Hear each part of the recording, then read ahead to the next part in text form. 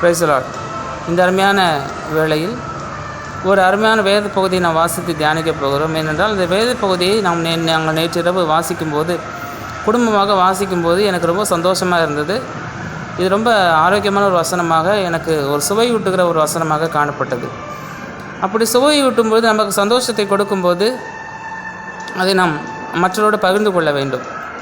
துக்கத்தை மட்டும் பகிர்ந்து கொள்ளக்கூடாது, சந்தோஷத்தையும் பகிர்ந்து கொள்ள வேண்டும். ஆண்டவர் வசனம் தந்தார், அதை பிரசித்திப்படுத்துகிற கூட்டம் மிகுதி என்று சொல்லுகிற வசனத்தின்படி ஆண்டவர் எனக்கு வசனம் தந்தார், அதை பிரசித்திப்படுத்துகிற தேவ சமூகத்தில் கிருபை எனக்கு கொடுத்திருக்கிறார். ஆகவே இந்த வேளையில் இந்த வசனத்தை நாம் வாசித்து நாம் தேவ சமூகத்தை தியானிக்கும் போது எனக்கு எப்படி சந்தோஷம் காணப்பட்டதோ அதைவிட அதிகமான சந்தோஷத்தை இதை கேட்கிற பார்க்கிற பிள்ளைகளுக்கு தேவன் கொடுக்கும்படியாக நான் ஆண்டவரிடம் ஜெபித்திருக்கிறேன். கர்த்தர் அப்படிப்பட்ட ஆசீர்வாதத்தை உங்களுக்கு அதிகமாக கொடுப்பார். நான் வாசிக்க கேட்போமா? ஏசாயா 55வது அதிகாரம் 1 முதல் 5 வசனங்கள் முடிய. ஏசாயா 55 1 முதல் 5 வசனங்கள் முடிய வாசிக்க கேட்போம். தாகமாக இருக்கிறவர்களே, நீங்கள் எல்லாரும் தண்ணீர் அண்டைக்கு வாருங்கள். பணம் இல்லாதவர்களே, நீங்கள் வந்து வாங்கி சாப்பிடுங்கள். நீங்கள் வந்து பணமுமின்றி விலையுமின்றி திராட்சரசமும் பாலும் கொள்ளுங்கள். நீங்கள் அப்பம் அல்லாததற்காக பணத்தையும் திருப்தி செய்யாத பொருளுக்காக உங்கள் பிரயாசத்தையும் செலவழிப்பானேன். நீங்கள் எனக்கு கவனமாக செவி கொடுத்து நலமானதை சாப்பிடுங்கள். அப்பொழுது உங்கள் ஆத்மா கொழுப்பான பதார்த்தத்தினால் மகிழ்ச்சியாக இருக்கும். உங்கள் செவியை சாய்த்து என்னிடத்தில் வாருங்கள், கேளுங்கள், அப்பொழுது உங்கள் ஆத்மா பிழைக்கும். தாவீதுக்கு அருளின நிச்சயமான கிருபைகளை உங்களுக்கு நித்திய உடன்படிக்கையாக ஏற்படுத்துவேன். இதோ அவரை ஜனக்கூட்டங்களுக்கு சாட்சியாகவும் ஜனங்களுக்கு தலைவராகவும் அதிபதியாகவும் ஏற்படுத்தினேன். இதோ நீ அறியாதிருந்த ஜாதியை வரவழைப்பாய். உன்னை அறியாதிருந்த ஜாதி உன் தேவனாகிய கர்த்தர் நிமித்தமும் இஸ்ரவேலுடைய பரிசுத்த நிமித்தமும் உன்னிடத்திற்கு ஓடி வரும். அவர் உன்னை மேன்மைப்படுத்தி இருக்கிறார். கிறிஸ்துவுக்குள் பிரியமானவர்களே, என்னை கேட்டுக்கொண்டிருக்கிற தேவனுடைய ஜனமே, இந்த வசனத்தை கேட்ட உங்கள் அனைவரையும் கர்த்தர் ஆசீர்வதிப்பாராக. ஏனென்றால் இதில் எங்கேயுமே இந்த மாதிரி ஒரு அறைக்கூவலை நீங்கள் கேட்டிருக்கவே முடியாது. எங்கேயுமே யாரும் இப்படி கூப்பிட மாட்டாங்க. ஒரு வியாபாரம் செய்கிறவர்களாக இருக்கட்டும், ஒரு ஹோட்டலாக இருக்கட்டும், சாப்பிட்ற விஷயத்துக்காக நீங்கள் பணமே கொடுக்க வேண்டாம், நீங்கள் வந்து சாப்பிடுங்கன்னு யாரும் சொல்ல மாட்டாங்க. உங்கள் ஆத்மா சந்தோஷமாக இருக்கணும், நீங்கள் வயிறு நிறைய சாப்பிடுங்க, நீங்கள் காசே கொடுக்க வேண்டாம்னு சொல்லி அலௌன்ஸ் பண்ண மாட்டாங்க. அதாவது வந்தாங்க, இல்லைன்னா கைது சுத்தமாக உங்களுக்கு காசு இல்லை அப்படின்ற நேரத்தில் என்ன செய்வாங்க, ஏதோ ஃப்ரீயாக கொடுப்பாங்க. ஒரு நாள் இல்லை 2 நாள் கொடுக்கலாம். அப்படி இருக்கிறார்கள்.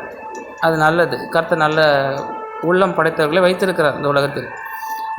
ஆனால் ஒரு அனௌன்ஸ்மெண்ட் கொடுப்பாங்களா, எல்லோரும் வாங்க, பசியாக இருக்கிறவங்களே, தாகமாக இருக்கிறவங்களே, இங்கே வாங்க, இலவசமாக வாங்கி குடிங்க, ஜூஸ் குடிங்க, பால் வாங்கி குடிங்க, வாங்க இலவசமாக சாப்பிடுங்க அப்படின்னு யாரும் சொல்லுவாங்களா? ஆனால் தேவன் சொல்லுகிறார். இது எப்படி சொல்கிறார் பாருங்கள். நான் இலவசம்னு ஒரு வார்த்தையை உபயோகப்படுத்தினேன், இதில் அந்த வார்த்தை கூட உபயோகப்படுத்தவே இல்லை. தாகமாக இருக்கிறவர்களே, நீங்கள் எல்லாரும் தண்ணீர் அண்டைக்கு வாருங்கள். பணம் இல்லாதவர்களே, நீங்கள் வந்து வாங்கி சாப்பிடுங்கள். நீங்கள் வந்து பணமுமின்றி விலையுமின்றி திராட்சரசமும் பாலும் கொள்ளுங்கள். நீங்கள் அப்பமல்லாததற்காக பணத்தையும் திருப்தி செய்யாத பொருளுக்காக உங்கள் பிரயாசத்தையும் செலவழிப்பான். என்ன சொல்லியிருக்கு பாருங்கள். நீங்கள் வந்து பணமுமின்றி விலையுமின்றி, பணமும் இல்லை விலையும் கிடையாது, அதுக்கு விலையே இல்லை, அது இலவசமாக கொடுத்தா என்ன, எதுவுமே கிடையாது, அது இலவசம்னு சொல்கிற கூட கிடையாது. பணமும் கிடையாது, விலையும் கிடையாது. நீங்கள் பணமுமின்றி விலையுமின்றி திராட்சை ரசமும் பாலும் கொள்ளுங்கள். நீங்கள் அப்பம் அல்லாததற்காக பணத்தையும் திருப்தி செய்யாத பொருளுக்காக உங்கள் பிரயாசத்தையும் செலவழிப்பானேன். அது அப்பமே கிடையாது, சாப்பாடே கிடையாது. அதனால் அது இல்லைன்னா உங்களால் வாழ முடியாதுன்னு கிடையாது.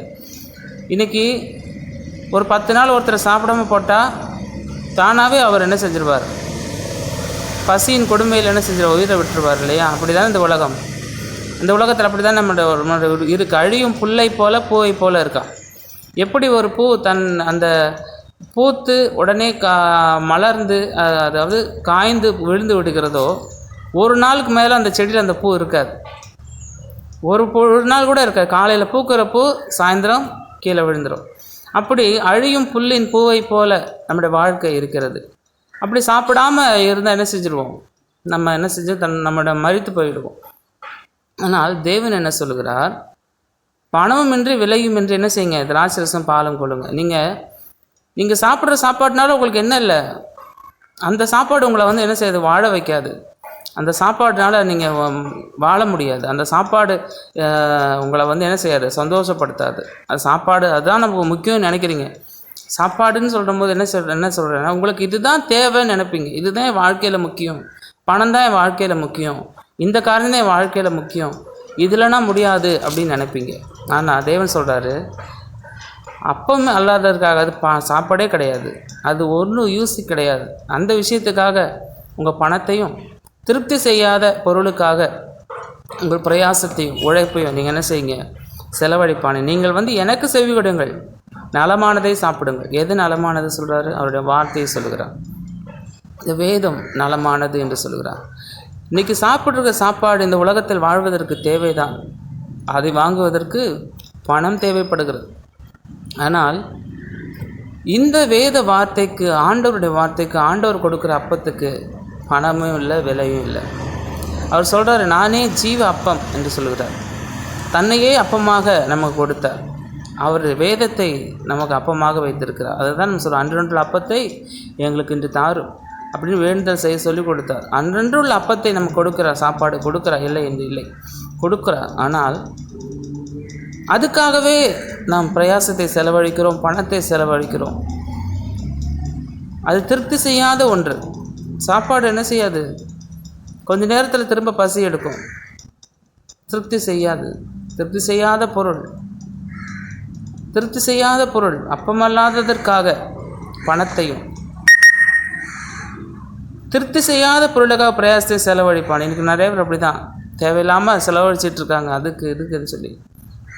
ஒரு நாள் வாழ்க்கையில் திருப்தியாக உடை எடுக்கிறார்கள். 2500 ஒரு சட்டை, 3000 சட்டை, 10,000 சட்டை எடுத்து போடுகிறார்கள். திருப்தி செய்யுமா? அது அவர்களை திருப்தி செய்யுமா? ஒரு நாளும் திருப்தி செய்யாது, ஒரு நாளும் திருப்தி செய்யாது. அப்படி திருப்தி செய்யாத பொருளுக்காக உங்கள் பணத்தை, உங்கள் பிரயாசத்தை, உங்கள் உழைப்பை செலவழிப்பானேன் என்று சொல்கிறார்கள். நீங்கள் எனக்கு செவி கொடுத்து நலமானதை சாப்பிடுங்கள், எனக்கு செவி கொடுத்து நலமானதை சாப்பிடுங்கள். அப்பொழுது உங்கள் ஆத்மா கொழுப்பான பதார்த்தத்தினால் மகிழ்ச்சியாக இருக்கும். கொழுப்பான பதார்த்தத்தினால் என்ன மகிழ்ச்சியாக இருக்கும்? நம்ம நல்ல நான்வெஜ் சாப்பிட்டது போல், நல்ல ஒரு கீ ஸ்வீட் சாப்பிட்டது போல், நல்ல ஒரு உணர்வு, கொழுப்பான பதார்த்தத்தை சாப்பிட்டது போல் நம்முடைய ஆத்மா திருப்தி ஆகும் என்று சொல்கிறார். இன்றைக்கு ஆத்மாவில் தாகமுள்ளவர்கள் எத்தனை பேர், அந்த ஆத்மாவின் தாகத்தை தீர்க்க முடியாமல் எத்தனை பேர் தவிக்கிறார்கள். அதனால் திருப்தி செய்யாத பொருளுக்காக, சாப்பாட்டுக்காக பிரயாசம் செலவழிக்கிறீங்களே, நீங்கள் வாங்க, முதலாவது என்கிட்ட வாங்க. நீங்கள் எனக்கு கவனமாய் செவி கொடுத்து நலமானதை சாப்பிடுங்கள். திருப்தி செய்யாத பொருளுக்காக இந்த வாழ்க்கையில் எதுவுமே நம்மளை திருப்திப்படுத்தாதுங்க. உறவுகள் திருப்திப்படுத்த முடியாது, நம்மளோட சாப்பிட்ற சாப்பாடை திருப்திப்படுத்த முடியாது, நம்ம உடுத்துகிற உடை நம்மளை திருப்திப்படுத்த முடியாது. நமக்கு ஆடம்பரமான வாழ்க்கை, பங்களா, வீடு, கார் எதுவுமே நம்மளை திருப்திப்படுத்தாது. எதுவுமே நம்மளை திருப்திப்படுத்தாதுங்க. இந்த உலகத்தில் எதுவுமே நீங்கள் யோசித்து பாருங்கள். இன்றைக்கி எல்லா வசதிகளும் இருக்குது, சந்தோஷமாக இருக்கீங்களா? வசதியே இல்லாதவங்க சந்தோஷமாக இருக்காங்க. இப்போது எதுவுமே திருப்தி செய்யாத ஒரு பொருள், அதுக்காக நம்மளோட பிரயாசத்தையும் செலவழிக்கிறீங்களே, நீங்கள் என்கிட்ட வாங்க, நலமானதை வாங்கி சாப்பிடுங்க. பணமும் வேண்டாம், விலையும் இல்லை. அதுக்கு விலை மதிப்பில்லாத ஒன்று, விலையும் சொல்ல முடியாது, அதுக்கு நீங்கள் பணமும் எதுவும் கொடுக்கவும் வேண்டாம். பணமும் வேண்டாம், விலையும் வேண்டாம், திராட்சரசமும் பாலும் கொள்ளுங்கள் என்று சொல்கிறார். உங்கள் செவியை சாய்த்து என்னிடத்தில் வாருங்கள், கேளுங்கள், அப்பொழுது உங்கள் ஆத்மா பிழைக்கும். தாவீதுக்கு அருளின் நிச்சயமான கிருபைகளை உங்களுக்கு கொடுப்பேன் என்று சொல்கிறார். இதோ நீ அறியாத ஜாதியை வரவழைப்பாய், உன்னை அறியாத ஜாதி உன் தேவனாய் கர்த்தர் நிமித்தம், இஸ்ரவேல் பரிசுத்த நிமித்தம் உன்னிடத்திற்கு ஓடி வரும். அவர் உன்னை மேன்மைப்படுத்தியிருக்கிறார். என் தேவனுடைய ஜனமே, என்னை கேட்டுக்கொண்டிருக்கிற கர்த்தருடைய பிள்ளையே, இந்த வார்த்தையை நீ கேட்கிறாய் என்றால், இந்த வார்த்தை உனக்கு ஆண்டவர் நீ உன்னை மேன்மைப்படுத்தியிருக்கனால தான் உன்கிட்ட சொல்கிறார். கர்த்தர் நீ மேன்மைப்படுத்தியிருக்கிறபடியும் என்னோடு பேசினார்.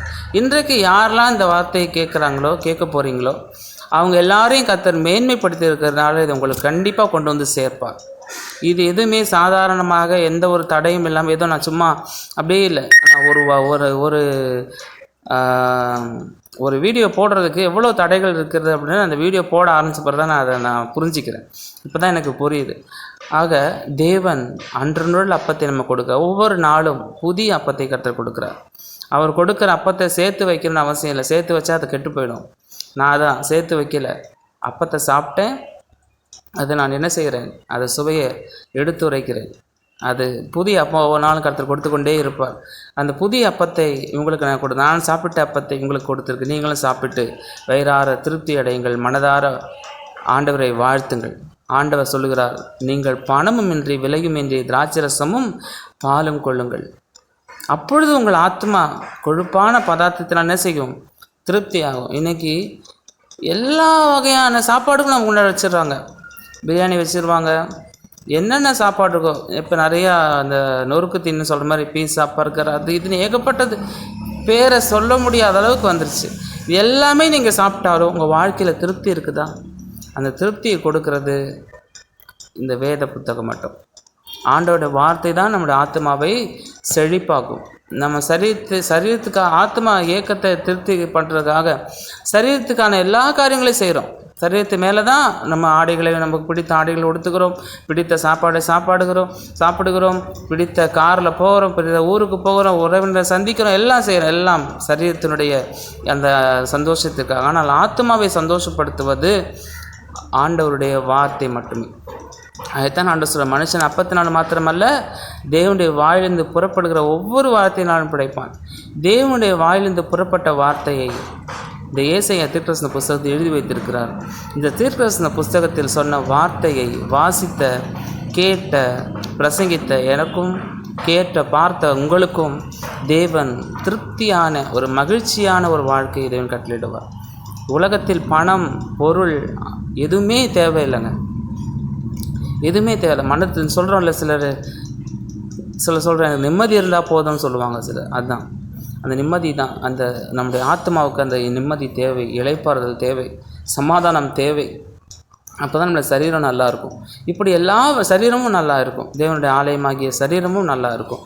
ஆத்மா சரீரத்துக்கு விளக்காக இருக்கிறது. அந்த ஆத்மா சந்தோஷமாய், பூரிப்பாய், கொழுமையாய், பதார்த்தங்களால் நிறைந்து சந்தோஷமாய் காணப்பட வேண்டும் என்றால் நீங்கள் கவனமாய் செவி கொடுத்து அவரிடத்தில் வாருங்கள். அவரிடத்தில் நலமானதை சாப்பிடுங்கள். அவரிடத்தில் செவி சாய்த்து வரும்போது அவர் நலமானதை உங்களுக்கு கொடுக்கிறார். அப்பொழுது உங்கள் ஆத்மா திருப்தி ஆகும். நீங்கள் வாழ்க்கையில் எது நடந்தாலும் திருப்தியே இல்லைன்னு இருக்கீங்களா? உங்களை பார்த்து ஆண்டவர் சொல்கிறாரு, உங்களுக்கு எல்லாமே திருப்தியாக இருக்கணும்னா நீங்கள் அவருக்கு செவி சாய்த்து அவருடைய வார்த்தையை கேளுங்கள். உங்களுக்கு திருப்தியான வாழ்க்கையும் சமாதானத்தையும் சந்தோஷத்தையும் அந்த வார்த்தை உங்களுக்கு கொடுக்கும். புத்தி கெட்டாத ஒரு சமாதானத்தை, சந்தோஷத்தை இந்த வார்த்தை கொடுக்கும். நீங்கள் தாகமாக இருக்கீங்களா? திருப்தி இல்லாமல் இருக்கீங்களா? எதுலேயுமே திருப்தி இல்லைங்க. எல்லாமே இருக்குது, எனக்கு எல்லாமே இருக்குது, அந்த வாழ்க்கை நிம்மதி இல்லை, திருப்தி இல்லை அப்படின்னு இருக்கீங்களா? உங்களை பார்த்து தான் அவர் கூப்பிட்றாரு. தாகமாக இருக்கிறவங்களே, அதுக்கு பேர் தாங்க தாகம். உங்கள் எல்லா கூல்ட்ரிங்க்ஸ் எல்லாமே உங்கள் ஃப்ரிட்ஜில் இருக்கும். நீங்கள் ஃப்ரெஷ் ஜூஸ் எல்லாமே உங்கள் ஃப்ரிட்ஜில் இருக்கும். ஆனால் உங்களுக்கு தாகம் அடங்காது, நிம்மதி இருக்காது, தூக்கம் வராது, சந்தோஷம் இருக்காது. இதுக்கு காரணம் என்னங்க? இதுக்கு காரணம் என்ன? உங்கள் ஆத்மாவுக்கு திருப்தி இல்லை. அந்த ஆத்மாவுக்கு திருப்தியை கொடுக்க வேண்டும் என்பதற்காக தான் ஆண்டவர் கூப்பிட்றார். தாகமாக இருக்கிறவர்களே, நீங்கள் எல்லாரும் ஒரு அலௌன்ஸ்மெண்ட், உங்களுக்காக ஒரு அலௌன்ஸ்மெண்ட் வருகிறது. அதை கேட்டு வாருங்கள். தேவன் உங்களுக்கு சமாதானத்தை கொடுப்பார். உங்கள் ஆத்மாவை செழிப்பாக, பூரிப்பாக வைத்திருப்பார். அப்பொழுது நீங்கள் செழிப்பாக, பூரிப்பாக இருக்கும்போது உங்களுக்கு யாருன்னே தெரியாது, அவங்க உங்களை தேடி வருவாங்க. எனக்கும் அந்த சந்தோஷத்தை கொடுங்க, எங்கே உங்களுக்கு இந்த சந்தோஷம் கிடச்சிச்சு, எங்கே உங்களுக்கு இந்த உங்கள் தாகம் எப்படி தீர்ந்துச்சுன்னு கேட்பாங்க. அறியாத ஜாதி உங்களை என்ன செய்வாங்க? உங்களிடத்தில் ஓடி வருவார்கள். ஏனென்றால் அவர் உன்னை மேன்மைப்படுத்தியிருக்கிறார். சத்தத்தை கேட்டு உங்கள் அனைவரையும் கர்த்தர் ஆசீர்வதிக்கும்படியாக கண்கள் முன் நாம் ஜெபிப்போம். அன்பின் பரலோக பிதாவே, ஆசீர்வதிக்கப்பட்ட இந்த அருமையான வேலைக்காக துதிக்கிறோம். இந்த வேலையில் கூட இந்த வசனத்தை கேட்கிற, பார்க்கிற ஒவ்வொரு பிள்ளைகளையும் கர்த்தர் ஆசீர்வதிக்கும். இந்த வசனம் எப்பொழுது ஆண்டவரே அப்பா ஸ்தோத்திரம் அப்லோட் செய்யப்படுகிறதோ அப்பொழுதிலிருந்து அதை கேட்கிற ஒவ்வொருவரையும் கர்த்தர் ஆசீர்வதித்து நீ மகிமைப்படும்படியாக நாங்கள் ஜெபிக்கிறோம். உடைய கரத்தை நாங்கள் ஒப்புக் கொடுக்கிறோம். ஆண்டவரே ஆசீர்வதியும்.